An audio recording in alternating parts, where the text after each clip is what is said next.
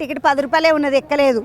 Ticket తీసుకొని లోపలికి వస్తే కుడి బందుకు ఓనికే లేదు, ఎడమ బందుకు పోవాలి, ఇడికెంచి షురు అవుతుంది అనమాట. ఇదే షురువాది ఉన్నది. ఫస్ట్ అంటారు కదా, మొదలు అన్న నమస్తే, బాగున్నావా? నమస్తే చెల్లె, బాగున్నావా? అన్న చాలా రోజులకు చూసిన నాన్న. మొదలు నీదే పెట్టిన దుకుణం. ఎందుకంటే ఇది మొత్తం మన గత 10 ఏళ్ల నుంచి కూడా ఈ తెలంగాణ ప్రాంతంలో పుస్తక సంస్కృతి పెరగాలి, బుక్ కల్చర్ పెరగాలనే ఉద్దేశంతో మన ఎన్టీఆర్ స్టేడియంలో ప్రతి సంవత్సరం మన డిపార్ట్మెంట్ ఆఫ్ కల్చర్ ద్వారానే ఇది నిర్వహిస్తూ వస్తున్నాం. దీనికి Hyderabad book fair society and department of culture రెండు సంయుక్తంగా కలిసి నిర్వహిస్తున్నాయి. ఈసారి ఇంకా అద్భుతంగా, ఇంకా గొప్పగా చేసే విధంగా ప్రణాళిక రూపొందించి చేయడం వల్ల అందుకే ఇక మాదే ఫస్ట్ ఉంటుంది ఎప్పుడైనా.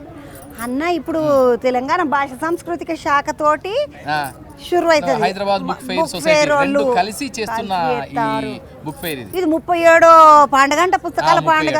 అవును, అంటే ఈ 37 ఏళ్ళకేంచి ఇది నడుస్తూనే ఉన్నది. 37 ఏళ్ళకేంచి నడుస్తుంది. నేను చూడబట్టి 5 ఏళ్ళు అవుతుంది అన్న, హైదరాబాద్కి వచ్చిన కాడికేంచి చూస్తున్నా నేను. అవును. కానీ ఇప్పుడు మరి నువ్వు ఏమేమి తీసుకొచ్చినావన్నా?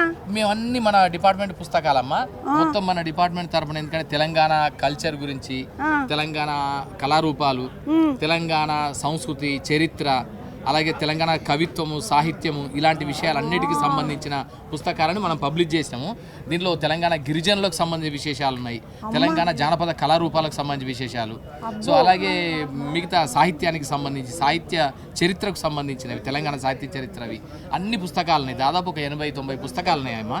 అన్న ఇవి ఇప్పుడు ఇటువంటి పుస్తకాలను ఏ వయసు వాళ్ళు చదువుతారన్న? మామూలుగా అయితే ఎవరైనా చదవచ్చమ్మా. తెలంగాణ గురించి ఇప్పటి వరకు చాలా విషయాలు తెలియవు. నిజంగా చెప్పాలంటే తెలంగాణలో ఉన్నాం కానీ తెలంగాణ చరిత్ర గురించి, తెలంగాణ సాహిత్యం గురించి, తెలంగాణ సంస్కృతి గురించి, తెలంగాణ ఆహారపు అలవాట్లు, తెలంగాణ నువ్వు చెప్తే ఆశ్చర్యపోతావు చెల్లె.